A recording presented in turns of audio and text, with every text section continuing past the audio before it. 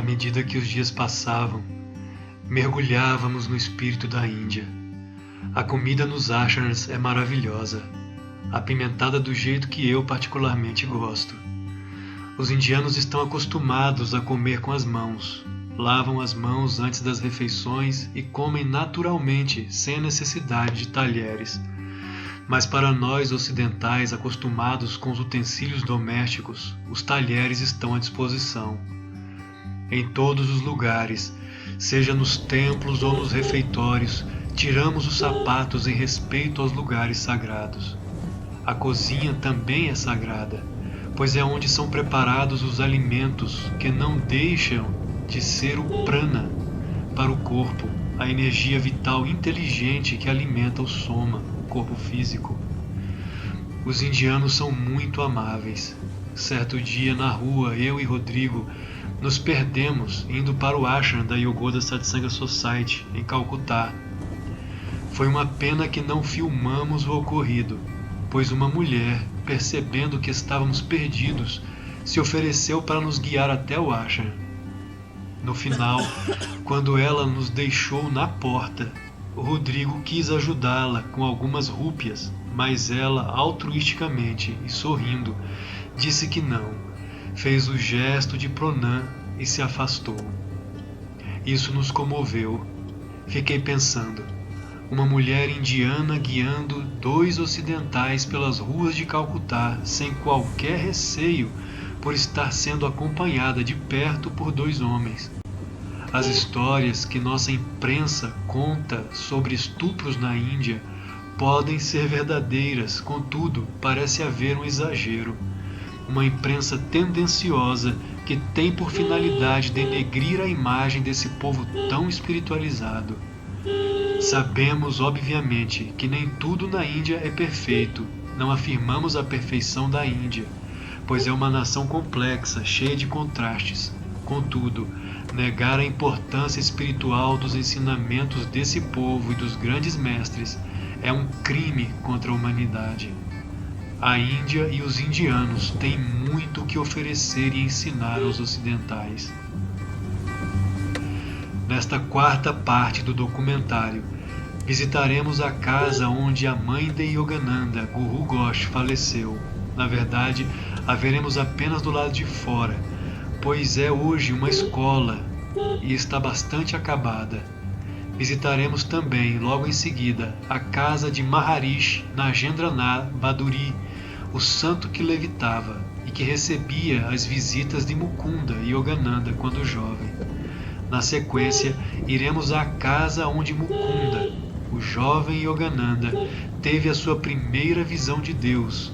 Entraremos no quarto onde ele meditava por horas, às vezes dias, e onde teve a sua primeira visão de Deus como Ishvara, luz, tal como narrado em sua autobiografia de um yogi.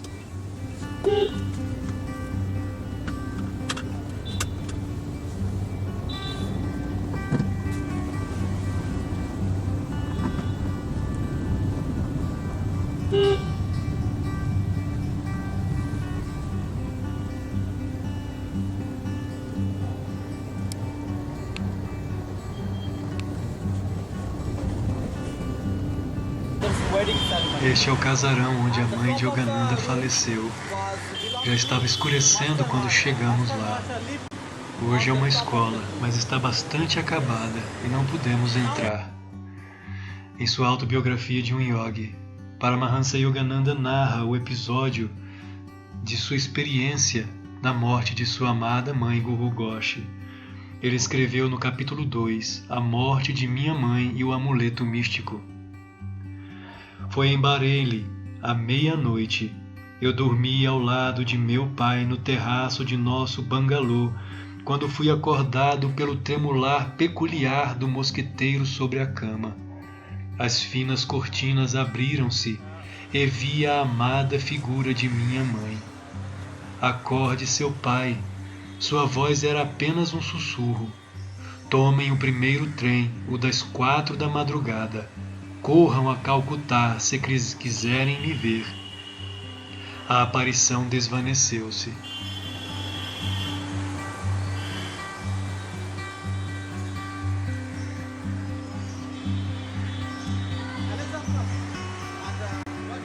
Papai, papai, mamãe está morrendo. O terror em minha voz despertou-o instantaneamente. Em soluços, comuniquei-lhe a notícia fatídica. Esqueça essa alucinação sua. Meu pai, como de costume, deu sua negativa a uma situação nova.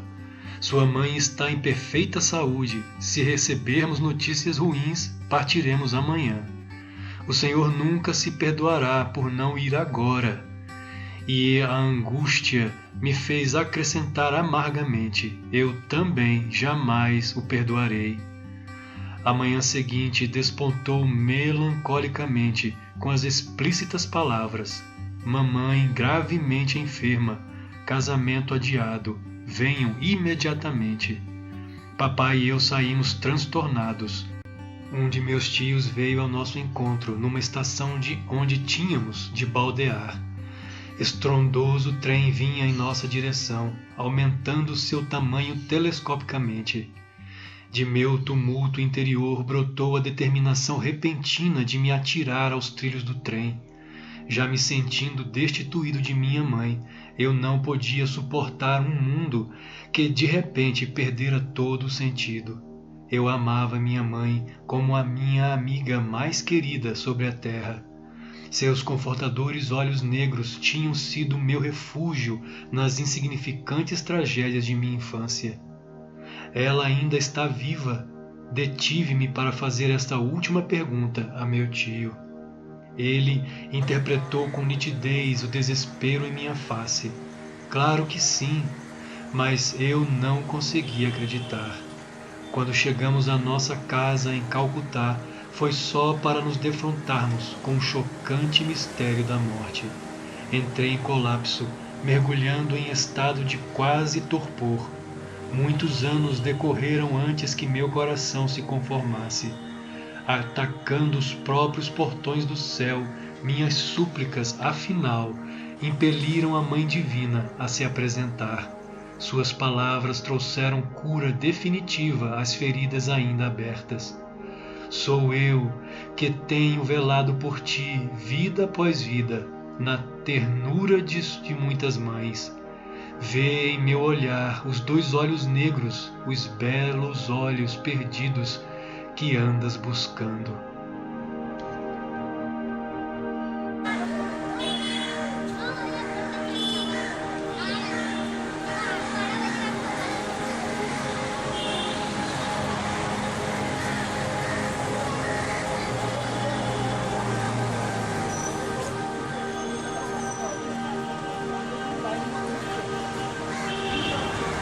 Em seguida entramos no carro para visitar a casa de Maharishi Nagendranath Baduri, o santo que levitava.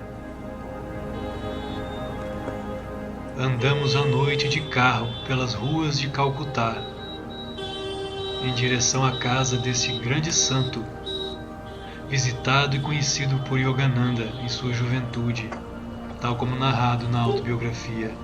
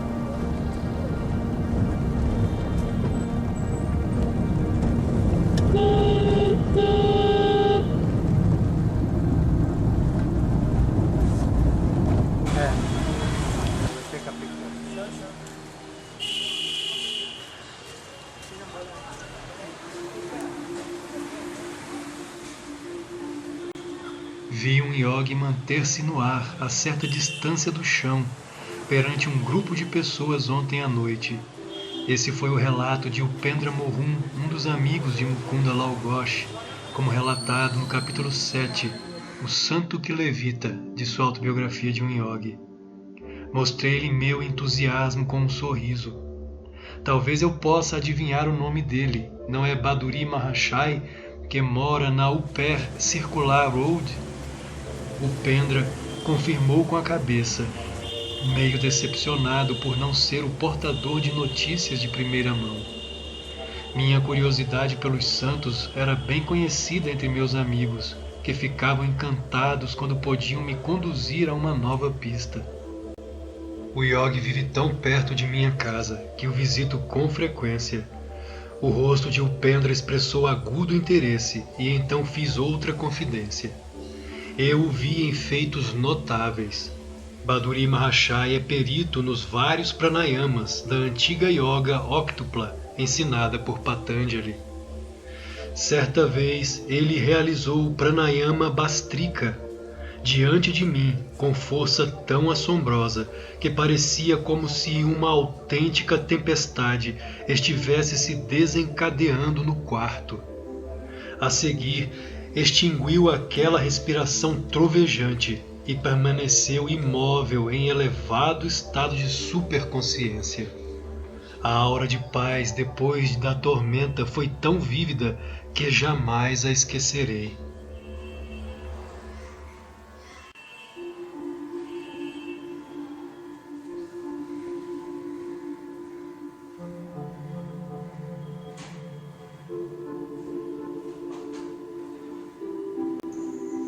É impressionante a sensação de entrar no quarto de Baduri, a mesma poderosa vibração divina que sentimos em outros lugares santos, aqui na Índia. A pressão no olho espiritual e uma tremenda sensação de paz interior. Yogananda continua o seu relato na autobiografia de um yogi. Lerei alguns trechos. Naquela mesma tarde, ao voltar da escola para casa, passei pelo claustro de Baduri e decidi fazer-lhe uma visita. Para o grande público, o yogi mantinha-se inacessível. Apenas um discípulo, residente no andar térreo, defendia a privacidade de seu mestre. Gente mundana não aprecia a franqueza que abala suas ilusões. Os santos não são apenas raros, como também desconcertantes. Mesmo nas Escrituras, frequentemente pode-se achá-los constrangedores. Segui Baduri Mahashai a seus aposentos austeros no andar superior, de onde raras vezes ele saía. Os mestres geralmente ignoram o panorama de rebuliço do mundo e permanecem fora de foco até serem o centro dos milênios. Os contemporâneos de um sábio não são apenas os de seu estreito presente.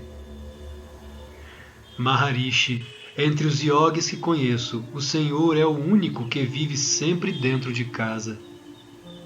Às vezes, Deus planta seus santos em solos inesperados, para não pensarmos que o podemos reduzir a uma regra. O santo imobilizou seu vibrante corpo na posição de lótus. Septuagenário, não demonstrava nenhum dos sinais desagradáveis da idade ou da vida sedentária. Vigoroso e aprumado, tinha um porte ideal. Sua face era a de um rishi, conforme descrito nos textos antigos. De cabeça nobre e abundante barba, sentava-se invariavelmente reto e firme, com os olhos imóveis, fixos na onipresença. O santo e eu entramos em meditação. Após 1 hora, sua voz suave alcançou meus ouvidos. Você entra em silêncio frequentemente, mas já desenvolveu Anubhava, percepção real de Deus? Ele me recordava que eu devia amar a Deus mais do que a meditação. Não confunda a técnica com a meta. Ofereceu-me algumas mangas.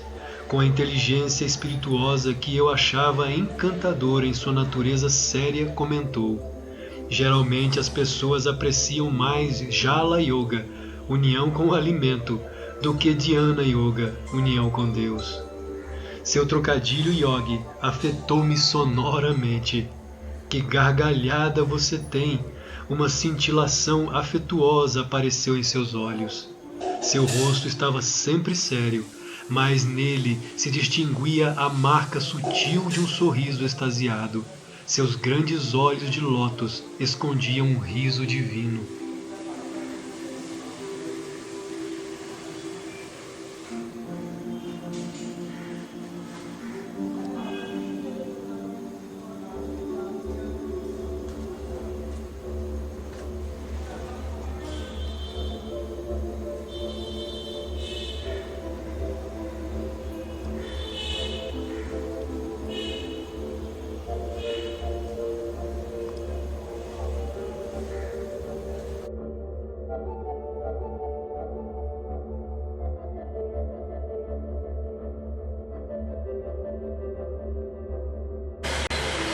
A emoção era imensa. Visitar a casa onde o pequeno Mukunda Lal Ghosh, futuro Yogananda, havia visto Deus como luz, Ishvara, era o momento mais aguardado. O casarão de 3 pavimentos na Gurpa Road aguardava-nos silenciosamente à noite. Havíamos planejado visitar a casa do pequeno Mukunda durante o dia, mas as visitas foram tão longas que chegamos apenas à noite e meditamos no quarto onde ele teve a visão de Deus como Ishvara.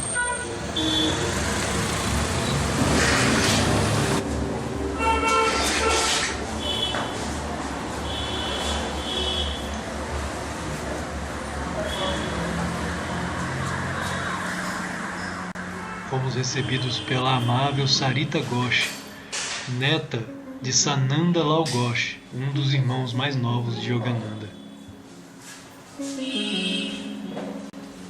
Nesta casa, o pequeno Mukunda correu, subiu escadas, brincou e, acima de tudo, viu Deus pela primeira vez.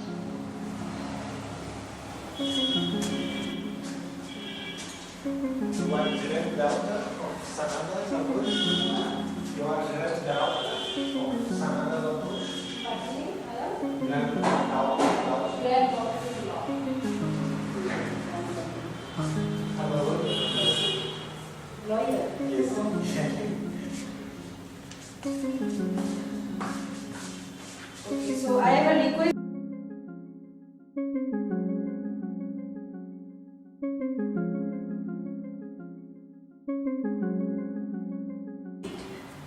Pouco depois de minha cura por meio do poder da fotografia do Guru, tive uma visão espiritual que muito me influenciou. Sentado em minha cama certa manhã, entrei em profundo devaneio. Que haverá por trás da escuridão dos olhos fechados? Este pensamento inquiridor entrou com força em minha mente. Um imenso clarão de luz manifestou-se instantaneamente em minha visão interior. Divinas figuras de santos sentados na postura de meditação em cavernas de montanhas passavam como imagens de um filme em miniatura, na grande tela brilhante dentro de minha testa. Quem são vocês? Perguntei em voz alta. Somos yogis do Himalaia. É difícil descrever a resposta celestial. Meu coração vibrava. Ah, como anseio ir ao Himalaia e tornar-me um de vocês. A visão desapareceu, mas os raios prateados expandiram-se em círculos cada vez maiores até o infinito. Que maravilhoso esplendor é este! Eu sou Ishvara, eu sou luz. A voz era de nuvens murmurantes. Quero unir-me a ti.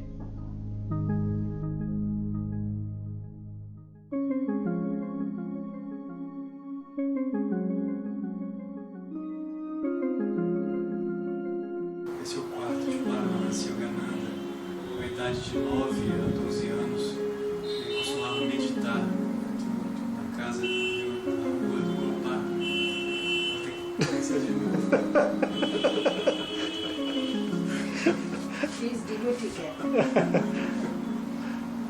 Um gatinho. Deixa ele aí que vai ficar legal. Passia horas, às vezes dias, trancado nesse quarto. Era o quarto preferido dele de meditação.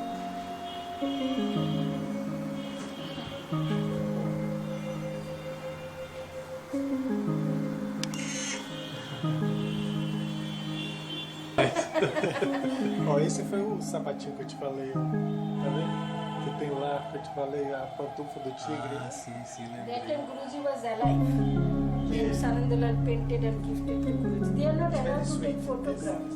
It's very sweet. This shoe, how do you say in English? This. Yes. Actually, I don't know that Guruji was wearing or that is his imagination. Sanandalal, he painted and he Oh, yeah.